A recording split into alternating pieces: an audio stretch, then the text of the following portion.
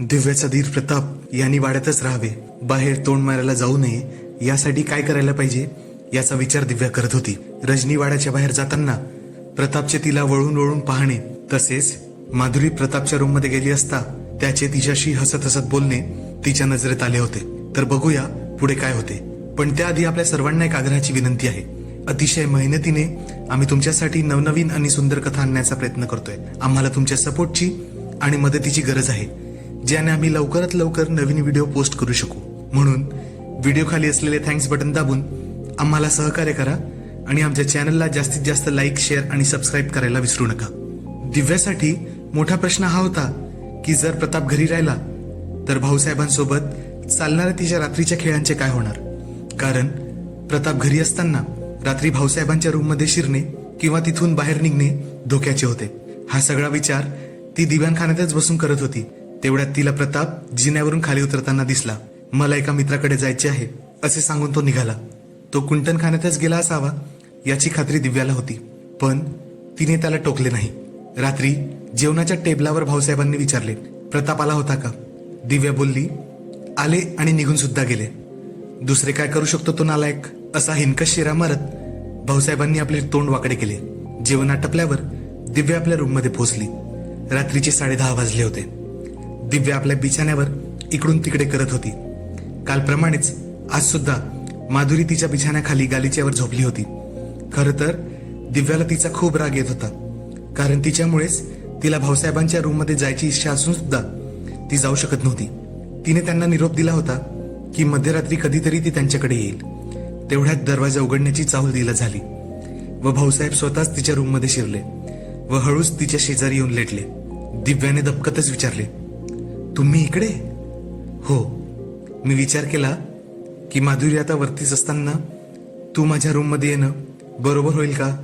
शिवाय सदू काका सुद्धा आहे ना, म्हणूनच मी स्वतः आलो. दिव्याने आता त्यांना सरकत जागा करून दिली होती.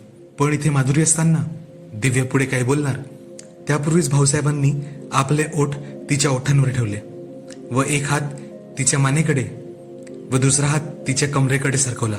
दिव्या अगदी शांतपणे पडली होती. एक एक करत तिच्या अंगावरची वस्त्रे दूर झाली आणि तिला कळले सुद्धा नाही की ती कधी भाऊसाहेबांच्या खाली आली. आपोआपच तिचे पाय मोकळे झाले आणि त्या दोघांचे द्वंद्व सुरू झाले. आज बराच वेळ होऊन सुद्धा कोणी थांबायचे नाव घेत नव्हते.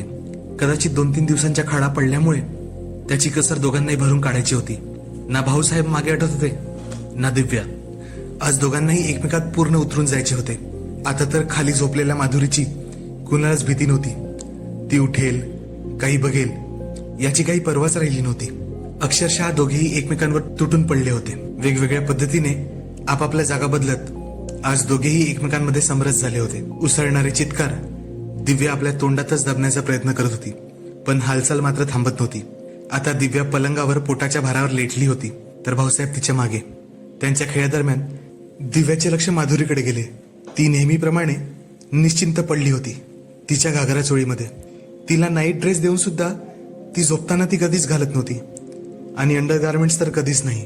अचानक दिव्याच्या डोक्यात एक वेगळीच लहर उठली. तिने बिछाण्यावरूनच आपले हात समोर वाढवत माधुरीचा घागरा वर ओढत तिच्या मोकळ्या सर्वांगाचे दर्शन केले. अचानक तिच्यात एक वेगळी शिसारी उठली, पण त्याच क्षणी भाऊसाहेब सुद्धा थांबले आहे हे तिला जाणवले. तिने मागे वळून पाहिले तर भाऊसाहेब सुद्धा आ वासून माधुरीच्या नितळ देहाकडे पाहत होते. तिला सोडून भाऊसाहेब दुसऱ्या कोणत्या स्त्रीकडे पाहत आहेत याचे तिला वाईट वाटले नाही, पण त्यामुळे तिच्यात एक वेगळी शिरशिरी आली आणि ती त्यांच्याकडे पाहत असली तरी आपला हात माधुरीवर फिरवत योग्य त्या स्थळी पोहोचली व कुरवाळू लागली. याचा परिणाम असा झाला की भाऊसाहेबांच्या अंगात अजून बळ चढले. ते चेकाळले आणि त्वेषाने दिव्यावर हल्ला चढवू लागले. दिव्यालाही मजा येत होती. तिचा एक हात माधुरीवर फिरत होता तर दुसरीकडे भाऊसाहेब तिला आनंद देत होते. त्यांच्या वेगवान हल्ल्यावरून दिव्याला कळून चुकले होते की ती जे काही करत आहे त्याच्यामुळे भाऊसाहेबांना सुद्धा मजा येत आहे. तिचे हात हळूहळू वर सरकत माधुरीच्या चोळीशी गेले आणि हळूच तिने तिचे ओझे मुक्त केले. तिच्या नितळ ऐवजांशी हाताने हळुवारपणे ती लगट करू लागली. हाताचा दाब वाढून माधुरी जागी होणार नाही याची पूर्ण काळजी दिव्या घेत होती. भाऊसाहेब विस्पारून हे सगळं पाहत होते. दोघेही जणू पागलच झाले होते. ते काय करताय त्यांना कळत नव्हते, पण या सगळ्यामुळे त्यांचा आनंद द्विगुणित झाला होता. एवढेच काय ते त्यांना कळत होते. भाऊसाहेबांना आणखी आनंद देण्याच्या उद्देशाने तिने त्यांचा हात ओढत बिछाण्याखाली नेला व त्यांच्या हातानेच ती आता माधुरीला कुरवाळू लागली. याने भाऊसाहेब आणखी चेकाळले व संपूर्ण ताकदीनिशी आपला बार भरू लागले. पुढचे दिव्याला आठवलेच नाही. तिचे जेव्हा डोळे उघडले सकाळचे 5 वाजले होते. भाऊसाहेब कधीचेच निघून गेले होते. ती तशीच उघडी बिछाण्यावर पडली होती. तिने आपले कपडे शोधले व एक नजर माधुरीकडे टाकली. ती आताही ढारढूर मस्त झोपली होती. रात्री तिला कधी झोप लागली हे कळलेच नव्हते, कारण माधुरीचे कपडे सुद्धा तिने ठीक केले नव्हते. मग काय, सर्वप्रथम तिने माधुरीचे कपडे पूर्ववत केले, ज्याने तिला डाऊट येणार नाही की रात्री तिच्यासोबत काय घडले. स्वतःचे कपडे शोधण्यात वेळ घालवण्यापेक्षा तिने तिची एक नाईटी पटकन घालत स्वतःला वरून खालपर्यंत झाकून घेतले. अंतर्वस्त्र तर नव्हतेच. कुठे शोधायचे काय याच्या फंदात पडण्यापेक्षा काय करू आणि काय नाही याचा विचार करत ती लगेच खाली उतरली. सकाळचे 5 वाजले होते आणि उन्हाळ्याचे दिवस असल्यामुळे थोडं थोडं तांबडं फुटलं होतं. भाऊसाहेब त्यांच्या रूममध्ये मस्त झोपले होते आणि सदू काका दिवाणखान्याची साफसफाई करत होते. आज खूपच लवकर उठले सदू काका तुम्ही, दिव्याने विचारले. मी तर रोज याच वेळी उठतो सुनबाई, असे म्हणत ते तिच्याकडे बघू लागले. अच्छा होय, एवढ्यात मीच जरा उशिरा उठते ना, त्यामुळे मला काही कल्पना नाही आली. सदू काका नजर रोखून तिच्या गळ्याकडे पाहत होते. काय झाले काका, असे काय बघतायत माझ्याकडे, असे म्हणत तिने आपला हात गळ्याजवळ नेला. तिला जाणवले की भाऊसाहेबांचे दात तिच्या मानेजवळ गाडले गेले होते. त्याचाच लालसर डाग दिसून येत होता. अच्छा हे बघताय तर तुम्ही, दिव्या हसतच म्हणाली. सदू काकांनी आपली नजर फिरवली व तो परत आपल्या कामाला लागला. दिव्याने काहीतरी मनाशी विचार केला. सदू काकांसोबत आपल्याला मैत्री टिकूनच ठेवावी लागेल. भाऊसाहेब आणि दिव्याच्या संबंधाचा तो एकमेव साक्षीदार होता. त्याला वश करून ठेवणे गरजेचे होते. त्यानुसार तिने त्याला किचनमध्ये आवाज देत बोलवले आणि लटके झटके देत बोलू लागली. सदू काका जरा इकडे येऊन बघा ना, माझ्या कमरेत दुखत आहे, असे म्हणत ती त्याच्यासमोर पाठमोरी उभी राहिली आणि तिने जे काही केले ते बघून सदू काकांचा श्वासच रोखला गेला. सरळ मानेपर्यंत ती आपली नाईटी वर करून उभी झाली, जवळजवळ मोकळीच. पाठीमागून तिची नितळ गोरी काया सदू काका आ वासून बघत होते. ती असं काही करेल याची जराही कल्पना सदू काकांना नव्हती. काका बघा जरा काही लागलाय का कमरेजवळ? नाही नाही, काहीच लागले नाही. सदू काका आपले श्वास गिळत कसा तरी बोलला. जरा माझ्या कमरेजवळ खाजून देता का?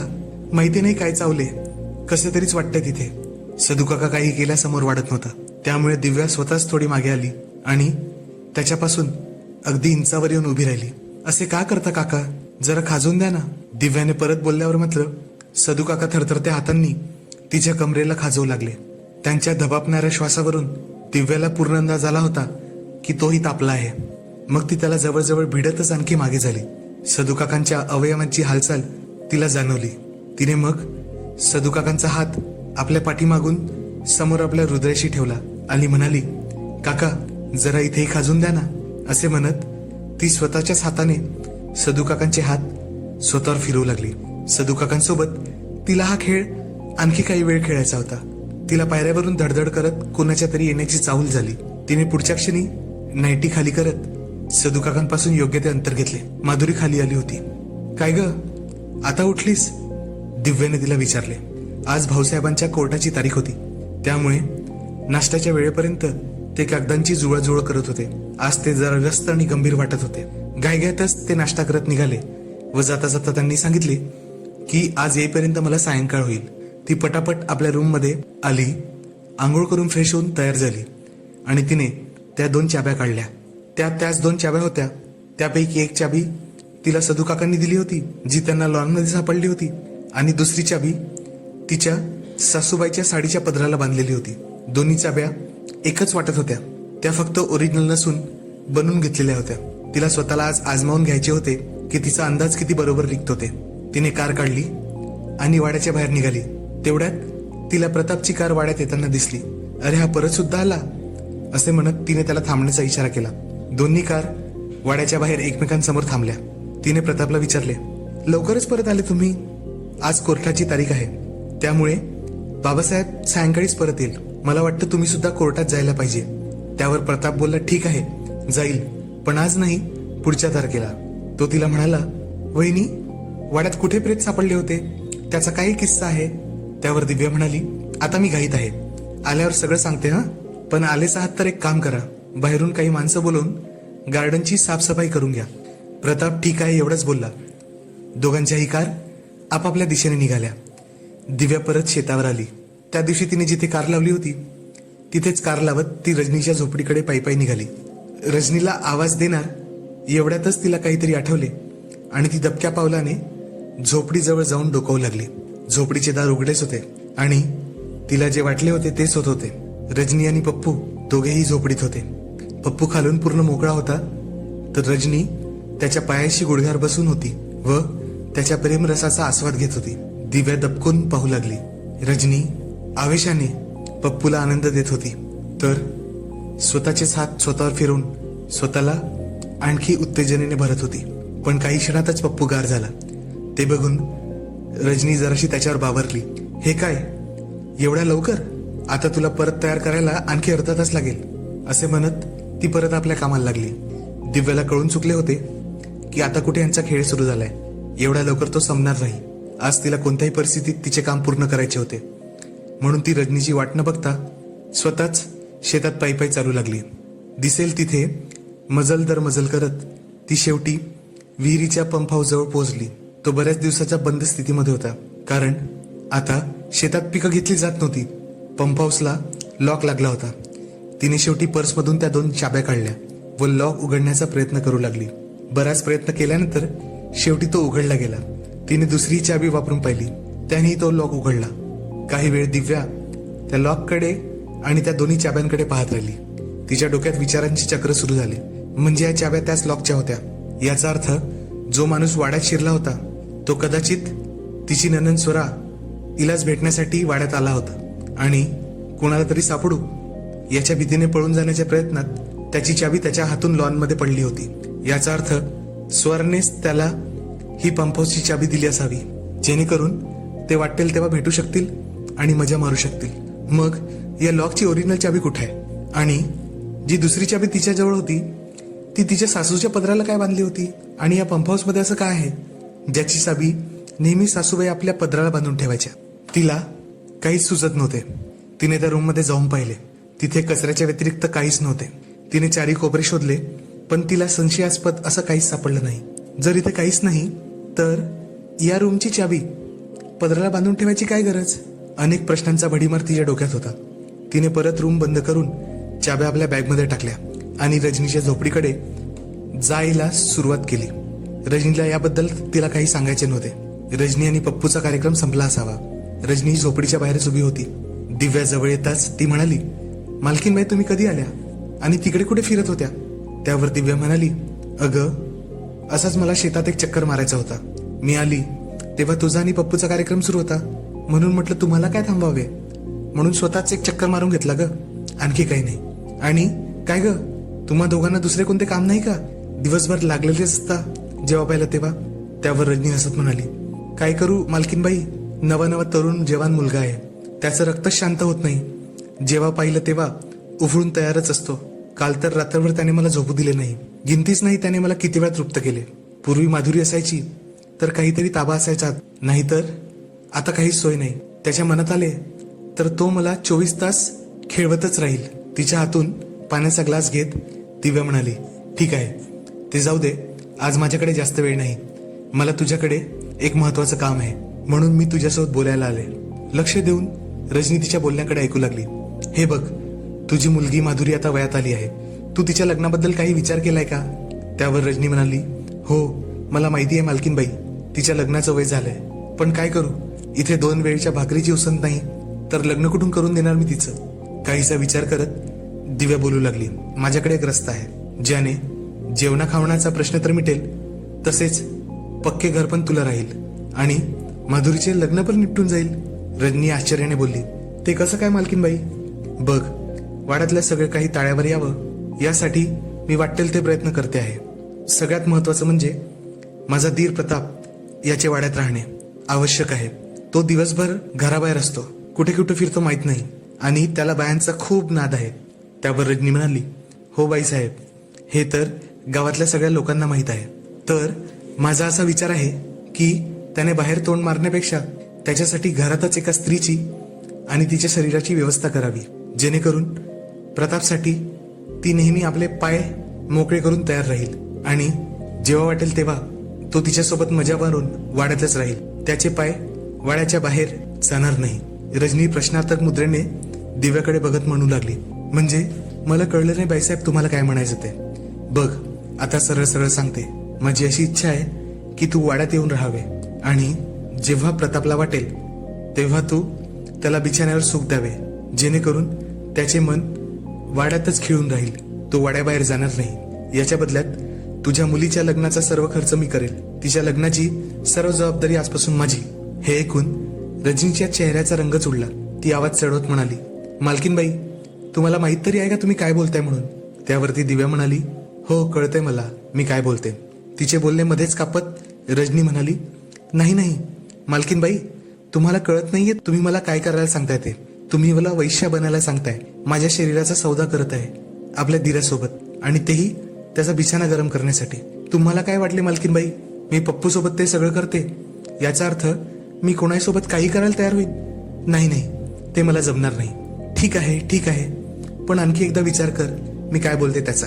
हो मी तुला म्हणत आहे की तू तुझ्या शरीराचा सौदा कर आणि या शरीराला जपून आजपर्यंत तू असे काय मिळवून घेतलेस? स्वतःला शांत करण्यासाठी एका लहान मुलांचा वापर करून घेतेस. स्वतःच्या अंगावर झाकायला पूर्ण कपडे नाही ना मुलीच्या अंगावर. आता तिचे बोलणे रजनी शांतपणे ऐकून घेत होती. हे बघ रजनी, मी तुला याच्यासाठी बोलते आहे की तुझे आणि माझे मैत्रीचे नाते आहे. तू माझ्या कामात ये, मी तुझ्या कामात येईल. आणि दुसरी गोष्ट म्हणजे तुला बाहेर बाजारात धंद्यावर बसायला मी सांगत नाहीये. तुला फक्त वाड्यात राहून प्रतापला सांभाळायचे आहे. तो जेव्हा म्हणेल तेव्हा त्याच्यासाठी पाय मोकळे करायचे, बस एवढंच.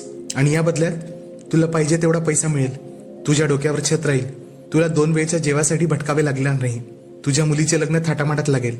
स्वतःचा नाही तर स्वतःच्या मुलीचा तरी विचार कर. रजनी खरंच विचार कर मी का बोलते. तिचं आयुष्य बदलून जाईल तुझ्या एका निर्णयामुळे. पण मीच का? रजनी दिव्याला केविलवाण्या स्वरात विचारू लागली. तिचा राग जरा मावळला होता. यावरून दिव्याला कळाले होते की रजनी हळूहळू रस्त्यावर येत आहे. त्यावरती बोलू लागली, तू आमच्या वाड्याची इतक्या दिवसापासूनची प्रामाणिक नोकर आहे. तू दिसायला सुंदर आहे, तुझे शरीर मादक आहे, एखाद्या 17 वर्षाच्या मुलीसारखे. तू कुणालाही आपल्या शरीरामागे वेड करू शकते. महत्वाचं म्हणजे काल जेव्हा तू वाड्यातून परत जात होती तेव्हा प्रताप तुझ्याकडे एकटक बघत होता, तुझ्या मटकणाऱ्या कमरेकडे, तुझ्या रसरस्त्या गोलाईकडे.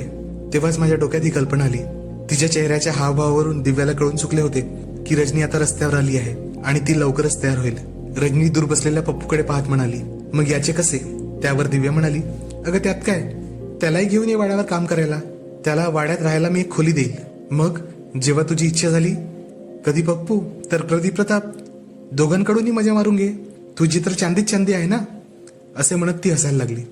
आता तिच्या बोलण्यावर रजनी सुद्धा हसू लागली. ती पुढे बोलली, मालकीनबाई मला विचार करायला थोडा वेळ द्या. मात्र दिव्या थांबली नाही.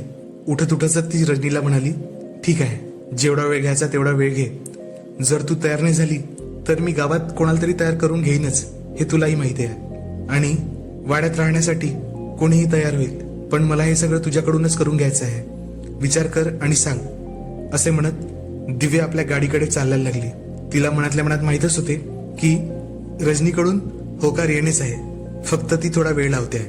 वाड्यात शिरतात दिव्याचा राग अनावर झाला होता, कारण प्रताप लॉनचं काम करतो असे सांगून कधीच गायब झाला होता. तिने सदू काकांना विचारले, प्रताप कुठे गेला? सदू काकांनी सांगितले, तुम्ही गेल्याच्या काही वेळानंतरच तो निघून गेला. दिव्याचा पारा चढलेला पाहून त्याच्या तोंडून सुद्धा जास्त शब्द निघाले नाही. माधुरी कुठे आहे? तिने परत सदू काकांना बोलल्यावर ती तडक वर गेली. तिच्या मनात विचारांचे काहूर माजले होते. प्रतापला वाड्यात रोखणे वाटते तेवढे सोपे नाही, कारण प्रतापला रोजच वेगवेगळ्या स्त्रियांचा नाद होता.